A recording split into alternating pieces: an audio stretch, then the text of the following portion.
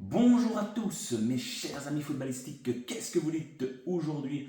Alors on débriefe cette première demi-finale qui était clairement la plus grosse affiche a priori, France-Espagne, et qui se solde aujourd'hui par l'élimination de l'équipe de France et la Roja qui s'envole vers la finale, première équipe qualifiée dans un match quand même avec beaucoup d'enseignements à tirer aujourd'hui, des choix qui ont été posés, des déceptions malgré tout. Et on va rentrer directement dans le détail, mais tout d'abord, ben voilà, dans un premier petit mot pour féliciter cette équipe d'Espagne qui, avec son coach, ont vraiment trouvé quelque chose d'assez intéressant au niveau de ce plan de jeu. C'est clair, je trouve la cohésion de cette équipe est vraiment très très intéressante, hein, que ce soit à tous les postes. On peut quand même aussi rappeler que dans ce match-là, l'Espagne était sans le Normand qui fait un début d'Euro vraiment exceptionnel. Derrière, il n'y a rien à dire. Daniel Carvajal, doit-on encore parler de ce type qui est l'expérience incarnée de l'Espagne et surtout bien sûr du Real Madrid avec l'équipe où il a tout gagné, moins je crois que 6 Ligues des Champions. Et Pedri sorti sur blessure malheureusement lors du match face à l'Allemagne. Donc le défi était de taille aujourd'hui pour la Roja, aller s'imposer face à cette équipe de France-là, qui certes offensivement, depuis le début de l'Euro, est loin d'être impressionnante, mais par contre derrière c'est très très solide.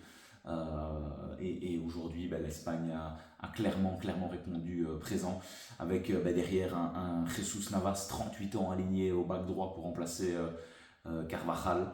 Nacho, le vétéran, le soldat, le bon soldat qu'on connaît très bien du côté du Real Madrid.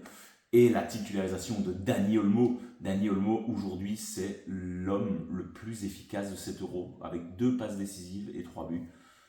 Incroyable. Dani Olmo, quelle performance, qu'est-ce qui nous sort aujourd'hui comme Euro, ce gars-là. On n'en parle pas beaucoup, mais en regardant les stats, là, je me rendais compte que c'était ce gars-là qui était le plus efficace actuellement de cet Euro 2024.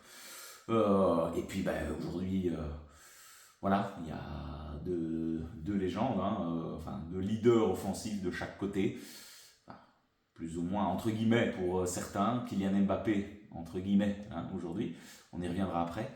Et de l'autre côté, il y a Yamin Yamal. Yamin Yamal, on l'a dit, 16 ans et aujourd'hui, il vient vous mettre un but venu d'ailleurs, un but de classe mondiale. Que dire, mec, si ce n'est voilà, continue à nous épater. Ce gamin-là est fou, est exceptionnel et il nous sort une performance aujourd'hui. Il met son CV sur la table devant le monde entier et s'affirme comme clairement le futur, c'est déjà le Golden Boy, mais comme potentiellement un futur tout grand. Il est en tout cas sur la bonne voie. Je crois qu'aujourd'hui, voilà, ce but-là, ça fait de lui le plus jeune joueur à avoir marqué dans un Euro. Donc, top performance XXL aujourd'hui de Yamin Yamal qui incarne parfaitement cette jeunesse, cette fougue côté espagnol et son duo, en tout cas sur les ailes, avec de l'autre côté Nico Williams, est vraiment intéressant. Ils font mal tous les deux, c'est percutant. Voilà, le Barça se frotte les mains en tout cas d'avoir ce joueur. Et on parle beaucoup de Nico Williams qui pourrait éventuellement rejoindre le Barça. Donc je crois que les Catalans devraient se régaler si c'est le cas. Donc aujourd'hui, ouais, très belle perf. Alors, mais malgré tout, à côté de ça, le match avait commencé avec l'ouverture du score de l'équipe de France contre un petit peu toute attente.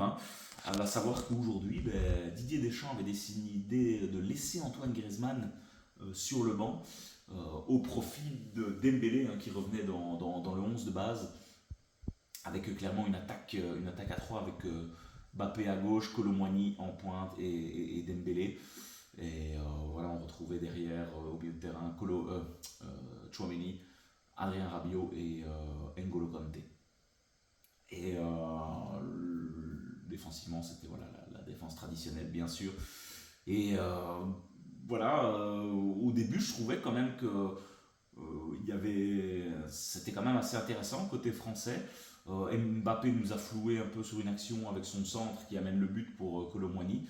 Mais première mi-temps intéressante, je trouve que Kolo Muani était souvent bien placé. Il a eu en tout cas à chaque fois les bons mouvements et dans la profondeur, il embêtait un petit peu quand même cette défense. Il allait presser souvent la porte dans les premières relances. Et puis Dembélé qui en première mi-temps a vraiment vraiment embêté Cucurella.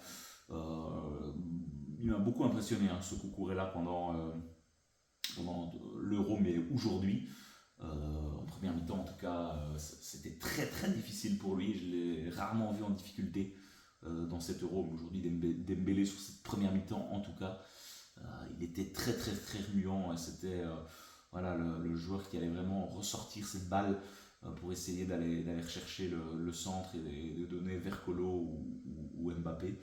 Donc voilà, mais il aura ça, il s'est éteint. Voilà, il s'est éteint au fur et à mesure de la rencontre. Dembélé, ça a été très très difficile pour lui.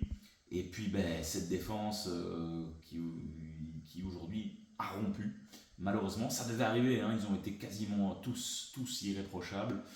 Mais voilà, tenir Yamal sur cette égalisation a été très compliqué. Sur le deuxième but, c'est Aurélien Tchouaméni là, qui se prend un crochet, mais venu d'ailleurs de Dani Olmo, exceptionnel. Et shot qui, dans un premier temps, on pensait que ça allait être accordé à Jules Koundé pour un nouveau but, un nouveau CSC dans cet Euro. Mais finalement, non, le but a bien été attribué à Olmo. Mais ouais, aujourd'hui, malheureusement, cette défense française n'aura pas pu retarder l'échéance. Et Mike Maignan non plus, pas faire grand chose sur les deux buts qui sont vraiment très très bien côté français. Quand même à souligner aujourd'hui, c'est la performance de Jules Koundé parce que ce gars-là, il est exceptionnel. Franchement, j'ai pas l'impression de revoir ce mec qu'on a suivi du côté du Barça, mais quel Euro il nous a sorti. Encore aujourd'hui, c'est la grosse satisfaction côté français. Je trouve que défensivement et même offensivement, il apporte. Physiquement, il est affûté comme jamais. Très très impressionnant, Jules Koundé. Et alors, en deuxième mi-temps, la France se devait de réagir. C'est 2-1 à la mi-temps. Tout était encore ouvert. Et Deschamps attend, on revient avec une composition un peu similaire. Et puis, voilà, on attend, je crois que c'était quasiment entre la 65e et 70e. Il y a ce triple changement avec la montée de Camavinga, de Barcola, on y revient aussi. Et j'oublie de Barcola et de Camavinga, Barcola et Antoine Griezmann, pardon. Qui voilà, ça a été compliqué pour Antoine Griezmann qui voilà, je sais pas si le fait qu'il se retrouve sur le banc il est fortement apprécié, mais voilà, beaucoup critiqué pendant cet Euro sur ses perfs. Mais aujourd'hui on n'a pas réussi, il n'a pas réussi à donner cette passe qu'on attend de lui, ressortir le ballon. Très très difficile. Il y a eu quelques phases arrêtées où voilà, on n'a pas trouvé cette justesse du côté de Griezmann. Par contre, la montée de Barcola, elle est stratosphérique, elle est super impressionnante. Et là, vraiment, je pense que Didier Deschamps a raté quelque chose avec cet Euro. Parce que quand vous voyez cette montée-là d'aujourd'hui de Barcola, et la performance de certains, on se dit que ouais, il y avait quelque chose à jouer, il y avait plus de temps à donner, je pense à Barcola qui aujourd'hui a mis vraiment à mal Nacho dans ces 1 contre 1. Il était à chaque fois dangereux, c'était percutant, mais aujourd'hui devant, voilà, on avait Kylian Mbappé aujourd'hui sans son masque. Mais Mbappé, sa performance, elle n'est pas bonne aujourd'hui, je suis désolé. Dites-moi vous en commentaire ce que vous avez pensé de la performance d'Mbappé, mais quand on a cette statue, non, voilà, vous pouvez pas donner une performance ainsi quand on s'appelle Kylian Mbappé. On se doit de mieux faire. Il a eu quelques frappes, mais on voit c'est dévissé. Ça lui ressemble pas. Mais aujourd'hui, c'est vraiment décevant. Et je crois que demain, la presse va l'allumer dans tous les sens. Ça, c'est une certitude. Mais ouais, je crois que c'est de manière générale. L'euro d'Mbappé, il est pas bon. Il est passé complètement à côté de cet euro. Un but sur penalty, un assist qui provoque un autobut face à l'Autriche. Mais non, quand on s'appelle Kylian Mbappé, on ne peut pas se permettre de donner une performance comme ça. On en parlait qu'il était en course pour être le ballon d'or. Euh, Aujourd'hui, voilà, je ne vois pas dans quel monde c'est possible de donner le ballon d'or à Kiki avec cette performance qu'il a donnée encore une fois aujourd'hui. C'est plus que un, c'est très peu satisfaisant en tout cas.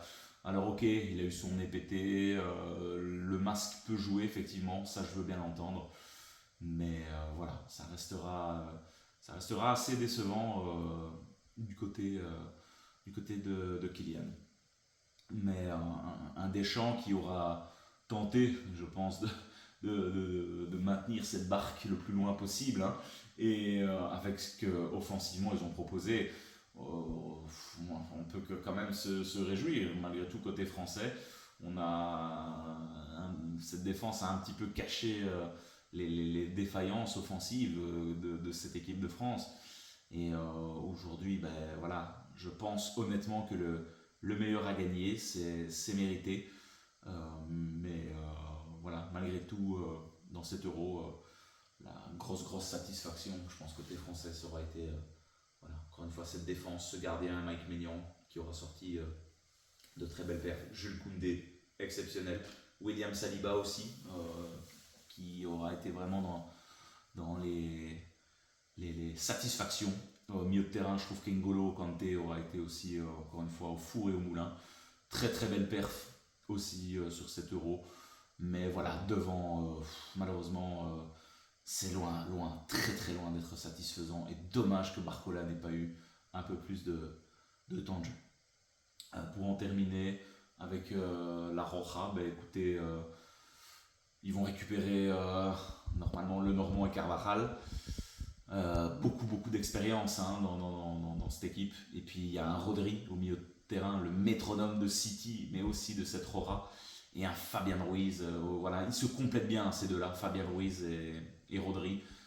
Très intéressant. Et ils arrivent à distiller à chaque fois, à lancer vraiment ces deux fusées que sont Williams et Yamal. Mais aujourd'hui, il y a aussi un gars, je pense, qui est à mettre en avant. On n'en parle pas beaucoup, souvent moqué, mais la performance et la combativité d'un Alvaro Morata devant. Alors ok, il marque pas, mais il s'arrache comme un chien sur tous les ballons. À chaque fois, il est là hein, défensivement pour venir arracher les ballons. Il a un bon jeu de tête et il était à chaque fois là pour venir récupérer, embêter la progression française. Donc c'est à souligner aussi aujourd'hui la très belle perf de Morata. Voilà, ben, je pense qu'on a un petit peu fait le tour de la question. Demain, ben, on suivra bien évidemment Angleterre, Angleterre contre les Pays-Bas. Je suis assez curieux de voir cette équipe d'Angleterre qui, bon, voilà, on en a déjà parlé, mais qui est un peu le miroir hein, de cette équipe de France avec un Gareth Southgate qui tactiquement a l'air pas vraiment au point. Et à côté de ça, il y a cette équipe de Pays-Bas, je trouve, qui monte malgré tout en puissance avec un Weghorst, voilà, un véritable poison. Ce Weghorst, on l'attendait clairement pas là. Je tiens quand même à juste terminer en donnant un petit mot, parce que j'ai pas débriefé ce match-là, Pays-Bas contre la Turquie, mais quand même féliciter la Turquie pour la performance qu'ils ont produit pendant cet euro, et ça aura été clairement dans mes équipes coup de cœur. On en reviendra quand on débriefera hein, cet euro. Mais voilà, félicitations à cette équipe turque et à leurs supporters. J'ai eu l'occasion de suivre le match dans un café turc, il y avait une grosse ambiance. Mais voilà, c'était assez sympa. On se retrouve demain de toute façon. Dites-moi vous en commentaire ce que vous avez pensé de cette performance. Est-ce que Deschamps aujourd'hui a fait les mauvais choix? Est-ce que l'Espagne était trop forte? On en débat en commentaire. Je suis impatient d'avoir vos retours. Merci en tout cas d'avoir écouté cette vidéo, les amis, et de suivre ces débriefs. Je vois que les vues sont un petit peu ont augmenté durant les dernières vidéos de l'Euro, et il y a pas mal de commentaires qui font quand même assez plaisir. Donc un grand merci à vous, et on se retrouve demain sur la chaîne de Del Piazza. Ciao ciao et à demain les amis.